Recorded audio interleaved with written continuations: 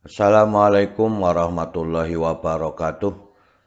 Kita berjumpa kembali pada pelajaran fisika.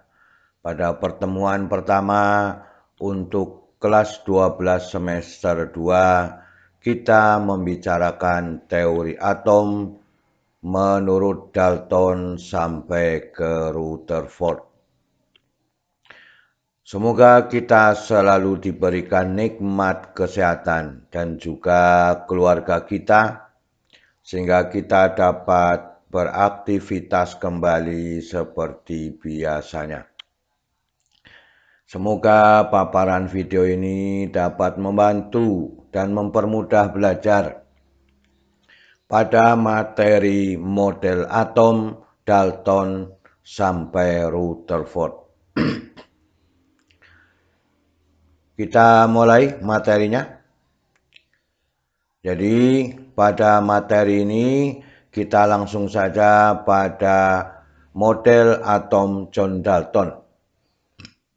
Yang sebelumnya bahwa John Dalton ini diberi inspirasi adanya konsep atom oleh Democritus yang mengatakan bahwa atom tidak dapat dibagi-bagi lagi.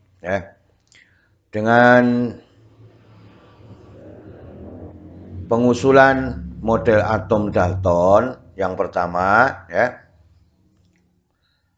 atom merupakan bagian terkecil dari sebuah materi, dan karena ukurannya paling kecil sehingga tidak bisa dibagi-bagi menjadi bagian lain. Tidak bisa dibagi lagi menjadi bagian lain. Ini sesuai dengan pernyataan yang dilakukan oleh Democritus sebagai konsep atom pertama yang mengartikan bahwa atomos adalah bagian terkecil. Itu yang diusulkan oleh Dalton demikian. Yang kedua, atom digambarkan dengan bola pejal yang sangat kecil, dengan kesimpulan bahwa suatu unsur memiliki atom-atom yang identik dan berbeda untuk unsur yang berbeda pula. Artinya unsur hidrogen atom identiknya hidrogen.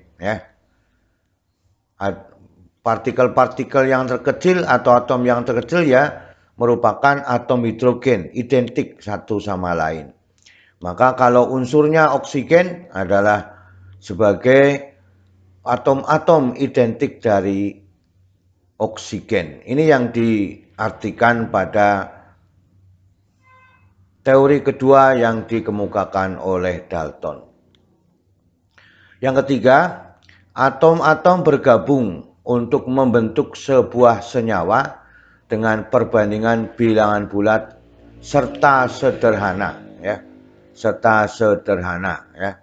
Dalam hal ini dimisalkan air yang terdiri dari atom-atom hidrogen dan atom-atom oksigen. Maka senyawa itu dinamakan sebagai H2O atau molekul air H2O. Perbandingannya maka 2 hidrogen dengan 1 oksigen. Berarti kan perbandingannya sangat sederhana kan itu. Itu pada teori yang ketiga. Pada teori yang keempat, reaksi kimia merupakan pemisahan dan juga penggabungan atau penyusunan kembali dirangkai atom-atom sehingga atom tidak bisa diciptakan atau dimusnahkan. Salah satu contoh yang paling dekat dengan kita itu adalah molekul hidrogen. Unsurnya dari hidrogen dan oksigen, maka H ditambah dengan O itu menjadi H2O. Maka setelah dipisahkan juga akan menghasilkan unsur-unsur dari oksigen dan hidrogen. Unsur tersebut tidak dapat diciptakan dan tidak dapat dimusnahkan. Ini yang diinginkan oleh John Dalton dalam mengemukakan model atomnya. Maka dengan demikian kita lanjutkan. Jadi dari pendapat ini awal dari perkembangan teori atom dalam dunia pengetahuan, ya. Kemunculan teori Dalton, ya, ini juga diberikan beberapa kelebihan dalam pengetahuan, yakni mulai membangkitkan minat penelitian terhadap model atom. Akan tetapi teori yang disampaikan oleh John Dalton ini juga masih ada beberapa kelemahan, antara lain, ya, satu, tidak dapat menjelaskan bagaimana cara atom tersebut saling berkaitan, ya.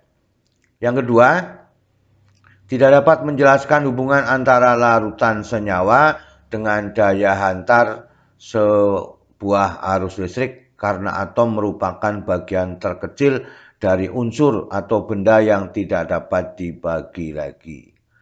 Kemudian yang ketiga, tidak dapat menjelaskan sifat listrik pada materi atau pada atomnya, ya. Itu yang diambil, bahwa ada beberapa kelemahan yang dilakukan. Kemudian yang keempat, tidak dapat menjelaskan perbedaan antara atom unsur yang satu dengan atom unsur yang lain. Ini tidak bisa dijelaskan karena setiap atom memiliki, ya, nomor massa dan nomor atom yang berbeda. Maka dengan demikian, inilah beberapa kelemahan-kelemahan yang dimiliki oleh model atom Dalton. Sekarang kita lihat pada teori atom menurut J.J. Thomson. Jadi J.J. Thomson merupakan orang pertama yang menemukan elektron. Pada fase ini menemukan elektron dengan menggunakan tabung sinar katoda. Kemudian, ya, J.J. Thomson, ya, berdasarkan model atom yang diberikan oleh Dalton, Thomson mengusulkan yang A, ya, masih sama, atom berbentuk bola padat dengan muatan-muatan listrik positif tersebar merata ke seluruh bagian bola. Jadi tersebar merata ke seluruh bagian bola pada bola padat tadi, ya. Maka dengan demikian, ya, muatan ini dinetralkan oleh elektron bermuatan negatif yang melekat pada bola seragam, ya, bermuatan netral.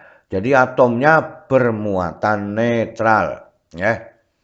Kemudian yang ketiga, interaksi gelombang elektromagnetik terjadi pada bola positif dan elektron sedemikian sehingga elektron tidak dapat lepas dari bola positif tanpa sebab, ya. Jadi kalau dia mau melepaskan elektronnya itu harus ada sebabnya, kan itu. Ya, ini sebenarnya sudah mendekati bentuk-bentuk teori yang dilakukan oleh Bohr nantinya yang akan kita bicarakan, ya. Inilah yang diinginkan sehingga pada Thomson ini terkenal dengan nama plum pudding, ya, mirip dengan roti kismis atau good time cookies, ya. Maka gambarannya demikian. Ya. Ini adalah model atom menurut J.J. Thomson. Tapi kelebihannya bahwa J.J. Thomson menemukan yang namanya elektron sebagai muatan negatif yang bersatu atau merata, ya, atau bersatu pada inti atom, ya. Maka dengan demikian inilah yang kita inginkan, ya. Dari muatan ini dinetralkan oleh elektron berarti, ya, ada pada sama-sama berdampingan dengan muatan positif. Maka terjadi interaksi gelombang elektromagnetik sehingga elektron-elektron ini tidak bisa dilepaskan tanpa suatu sebab, ya. Itu yang diinginkan pada J.J. Thomson. Kita lanjutkan pada model atom menurut Rutherford. Nah, jadi Rutherford sudah menggunakan penelitian yaitu menggunakan sinar alfa, ya, kemudian ditembakkan pada lempengan emas. Kejadiannya, ya, kejadiannya itu ada beberapa faktor penting. Yang pertama ada yang diteruskan, ya, kita ulangi. Nah, kita ulangi, ya. Jadi ada yang diteruskan sinarnya, kemudian ada yang dibelokkan, dan ada yang dipantulkan. Ya. Dari ketiga peristiwa ini dipantulkan, ini dibelokkan, ini diteruskan.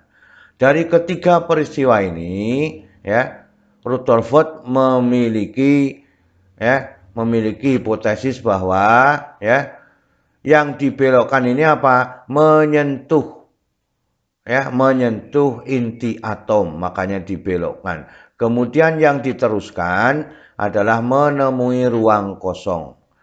Kemudian yang dipantulkan sinarnya berarti menumbuk inti atom pada emasnya. Sehingga kesimpulan ini kemudian dilakukan, sinar alfa yang ditembakkan lempengan emas ternyata tidak seluruh partikel alfa menembus lempengan emas, ya. Dan ada yang dibelokkan atau dipantulkan di antara sudut 90 sampai 180 derajat. Artinya muatan positif atom emas itu tidak tersebar merata pada seluruh bagian. Ya. Inilah yang bentuk dari kesimpulan pertama yang dilakukan dari percobaan Rutherford. Maka Rutherford itu mengusulkan model atomnya. Yang pertama, atom terdiri atas inti atom yang bermuatan positif, ya, yang mengandung hampir seluruh massa atomnya. Ya. Jadi kalau suatu atom itu intinya itu memiliki hampir massa dari atom tersebut. Ya. Kemudian intinya itu paling tidak berada di antara seperti pada sistem tata surya. Ya. Yang kedua, elektron bermuatan negatif beredar mengelilingi inti pada lintasan tertentu seperti sistem pada tata surya. Jadi Rutherford sudah menyinggung bahwa sistem alam semesta dimasukkan ke dalam pembuktian pada model atomnya. Ya. Beredar mengelilingi intinya pada lintasan tertentu. Ya. Yang ketiga, atom secara keseluruhan bersifat netral. Ya, boleh demikian ya. Karena ada yang namanya atom stabil dan atom tidak stabil. Yang nomor 4, inti atom dan elektron terjadi gaya listrik dan menimbulkan gaya sentripetal pada elektron tetap pada lintasannya. Untuk elektron pada lintasannya. Jadi model atom yang diusulkan oleh Rutherford digambarkan dengan cara demikian ya. Nanti kita ambil gambarnya. Yang kelima, pada reaksi kimia inti atom tidak mengalami perubahan, hanya elektron pada lintasan luar yang saling mempengaruhi ya. Jadi ini sering dalam kimia disebut dengan ikatan kovalen, menggunakan muatan bersama, yaitu muatan elektron pada lintasan luar. Ya. Dari kelima yang diusulkan oleh Rutherford ini menggambarkan model atom demikian gambarnya. Jadi inti atom di tengah-tengah, kemudian elektronnya mengelilingi intinya. Inilah yang disebut sebagai model atom Rutherford dengan percobaan sinar alfa ditembakkan pada lempengan emas. Itu yang kita inginkan ya. Beberapa kesimpulan pada model atom Rutherford. Kita ambil hubungan massa elektron, gaya listrik, gaya sentripetal, energi kinetik, dan energi potensialnya. Maka pada elektron itu terjadi dua gaya yang bekerja yaitu gaya listrik dan gaya sentripetal. Fungsinya gaya listrik adalah supaya terjadi tarik-menarik antara muatan positif dan muatan elektron. Kemudian gaya sentripetal untuk menjaga keseimbangan lintasan pada suatu elektron yang mengelilingi intinya. Jadi gaya sentripetal. Besarnya gaya sentripetal berbanding lurus dengan massa dan kuadrat kecepatannya dan berbanding terbalik dengan jaraknya. Ini persamaannya bahwa Fs sama dengan mv kuadrat dibagi dengan R. Kemudian pada gaya listrik, karena yang bekerja adalah elektron, maka besarnya gaya listrik berbanding lurus dengan kuadrat muatan elektron dan berbanding terbalik dengan kuadrat jaraknya. Ini persamaan pada listrik statis ya. K1 Q2 karena Q1 dengan Q2 elektron, maka E kuadrat dibagi dengan R dikuadratkan. Gaya yang bekerja ini adalah berbanding lurus baik pada gaya listrik ataupun gaya sentripetal. Maka ya, kalau mv kuadrat dibagi dengan R sama dengan KE kuadrat dibagi dengan R kuadrat, kemudian dikalikan dengan R per 2, maka menemukan setengah mv kuadrat sama dengan KE kuadrat dibagi 2R. Ini disebut sebagai energi kinetiknya. Energi kinetiknya sebanding dengan KE kuadrat dibagi dengan 2R. Jadi ya, salah satu yang diinginkan oleh Rutherford bahwa EK sama dengan ya KE kuadrat ya dibagi dengan 2R. Sekarang kita lihat pada energi potensial listrik ya. Pada energi potensial listrik itu ya berbanding lurus dengan kuadrat muatan elektron dan berbanding terbalik dengan jaraknya. Ini terjadi pada proses di listrik statis ya. Maka menghasilkan negatif KE kuadrat dibagi dengan R. Ya, inilah yang kita inginkan sehingga energi mekanik atau energi totalnya adalah EP ditambah dengan EK-nya. Ya, atau jumlah aljabar dari energi kinetik dan energi potensialnya. Maka ini kalau digabungkan KE kuadrat dibagi dengan 2R ya, ditambah dengan negatif KE kuadrat dibagi dengan R, itu masih ada setengah atau 1/2R disamakan penyebutnya, sehingga E sama dengan EK ditambah EP, maka ini masih ada negatif KE kuadrat dibagi dengan 2R kalau kita jumlahkan ya. Maka energi total pada lintasan elektron adalah negatif KE kuadrat dibagi dengan R. Ya, ini yang diinginkan ya. Maka energi elektronnya bertanda negatif ya. Ini yang diasumsikan pada model atom Rutherford ya. Maka E sama dengan negatif KE kuadrat dibagi dengan R. E adalah energi elektron, E muatan elektron, M adalah massa elektron, R adalah jarak antar muatan listrik, K sama dengan konstanta pembanding. Maka energi elektron bertanda negatif, elektron terikat oleh inti ya. Elektron mengelilingi intinya memancarkan energi. Energi elektron berkurang dan jari-jarinya mengecil.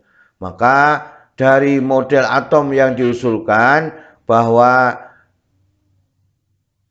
atom atau elektron mengelilingi intinya adalah mengikuti sistem tata surya, ternyata ini bertolak belakang dengan hasil yang dilakukan, yaitu E sama dengan negatif KE kuadrat dibagi dengan R ya. Maka kalau R-nya sangat kecil, maka memiliki gaya listrik yang sangat besar, maka elektron akan bersatu ya, akan bersatu ke inti muatan positif. Tapi kalau R-nya sangat besar, maka gaya listriknya semakin kecil ya. maka elektron akan berpindah sejauhnya dari inti atomnya. Maka dengan demikian, dari persamaan energi elektron yang besarnya negatif, maka beberapa kelemahan yang dikemukakan oleh teori atom yang dilakukan oleh Rutherford. Yang pertama, karena dalam gerakannya elektron, dalam gerakannya mengelilingi inti, elektron memancarkan energi, maka energi elektron berkurang, sehingga jari-jari lintasannya mengecil. Lintasan elektron tidak berupa lingkaran dan jari-jarinya tetap, tetapi putarannya pilin, seperti lingkaran obat nyamuk yang mendekati inti, dan akhirnya elektron akan jatuh ke inti, maka atomnya tidak stabil. Itu yang pertama kelemahannya. Jadi elektron mengelilingi intinya, energi elektronnya berkurang, maka lintasannya bukan lagi berbentuk lingkaran tetapi berbentuk pilin, ya. Yang kedua, apabila jari-jari lintasan elektron semakin kecil, maka waktu putarannya juga semakin kecil. Frekuensi dan panjang gelombang elektromagnetik yang dipancarkan menjadi bermacam-macam untuk satu elektron, ya.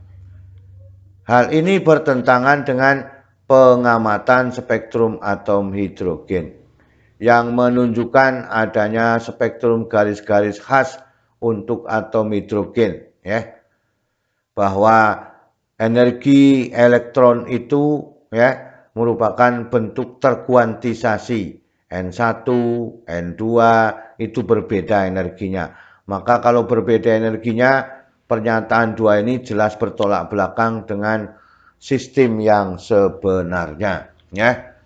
Inilah yang dikatakan pada beberapa kelemahan yang diketemukan oleh Neil Bohr, ya, sehingga kelemahan-kelemahan ini kemudian diperbaiki oleh Neil Bohr pada pertemuan berikutnya, ya. Inilah keseluruhan materi pada chapter pertama atau pertemuan pertama. Semoga kita bisa memahami semua. Selalu semangat belajar. Terima kasih. Wassalamualaikum warahmatullahi wabarakatuh.